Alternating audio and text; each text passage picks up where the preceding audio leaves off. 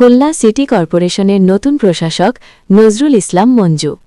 আপনারা দেখবেন আমাদের নিজস্ব প্রতিবেদকের পাঠানো ভিডিও তথ্যচিত্রে বিস্তারিত। খুলনা সিটি কর্পোরেশনের নতুন প্রশাসক নজরুল ইসলাম মঞ্জু বলেছেন, সিটি কর্পোরেশনের সীমিত সামর্থ্যে ক্লিনারদের সাথে ভোর ৬টার পর থেকে ড্রেন পরিষ্কার কাজে তদারকি করব ইনশাল্লাহ। আমি ঘুমাবো কম, কাজ করব বেশি। আমি দেখতে চাই আমার কর্মচারীরা কতখানি সঠিকভাবে কাজ করে।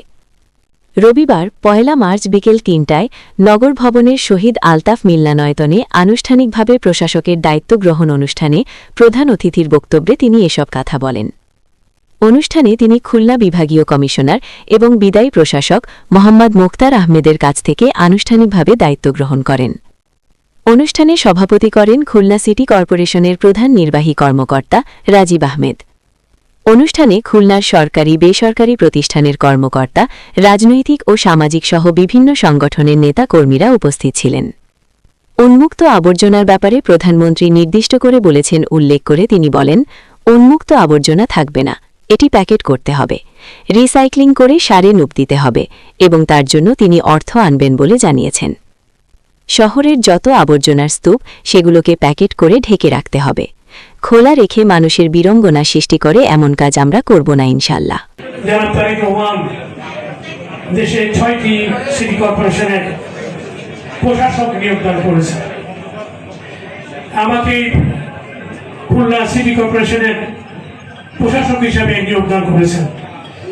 আমি মহান রব্বুল আলামিনের প্রতি আমাদের কৃতজ্ঞতা এবং তার প্রতি কৃপা এবং আমাদের মাননীয় প্রধানমন্ত্রীকে ধন্যবাদ জানাই আজকের দিনে।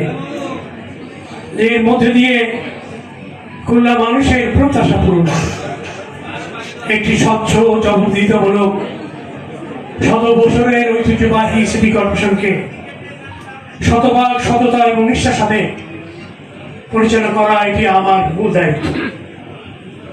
খুলনা সিটি কর্পোরেশনের এলাকার সকল নাগরিকদের সম্মান মর্যাদা প্রদান এবং তাদের সমস্যা সমাধানে সবসময় কাজ করা, নিরলসভাবে কাজ করা এবং বাধাহীনভাবে এই সিটি কর্পোরেশনের সকল মানুষকে সেবা দেওয়া, সার্বক্ষণিক সেবা দেওয়াই থাকবে আমার নেতৃত্বে সিটি কর্পোরেশনের সকল কর্মকর্তা কর্মচারীর দায়িত্ব। এটি পরিচ্ছন্ন সবুজ শহর, পরিকল্পিত পয়ঃনিষ্কাশন ব্যবস্থা, চাঁদাহীন, মাদকহীন, মশকহীন, নিরাপদ খুলনা গড়াই থাকবে আমাদের লক্ষ্য, যেটি মাননীয় প্রধানমন্ত্রী আমাদের নিয়োগকালে উনি বলেছেন। আমরা তার এই নির্দেশনা অনুযায়ী খুলনা মানুষের প্রত্যাশা পূরণের জন্য আমরা কাজ করব ইনশাআল্লাহ। মাননীয় প্রধানমন্ত্রী বলেছেন, জনগণের পাশে থেকে জনগণের সমস্যাটা জানার চেষ্টা এবং সেটি বাস্তবায়নের জন্য সরকারের কাছে পরিকল্পনা প্রেরণ করা। এবং তিনি আগ্রহভাবে বলেছেন, খুলনাকে নতুন করে সাজানোর জন্য তার ইচ্ছা আছে এবং সেই ইচ্ছা পূরণের জন্য তিনি আমাদেরকে দায়িত্ব অর্পণ করেছেন কাজ করার। আমি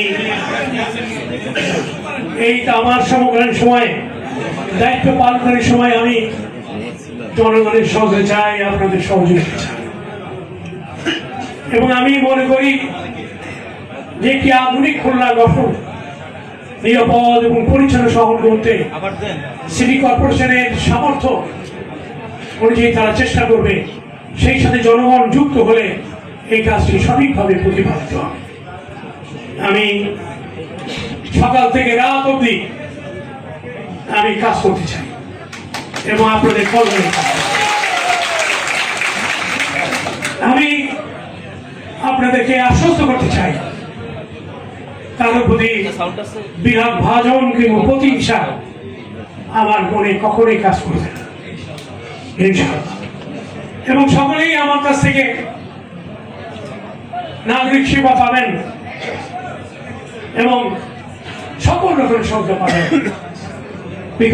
বিশেষ করে সাংবাদিক ভাইরা আছেন, গত এক সপ্তাহে তারা খুলনা সিটি কর্পোরেশনের নানা বিষয় তারা পত্রিকায় সংবাদ তুলে ধরেছে, আমি সেগুলি রেকর্ড করেছি।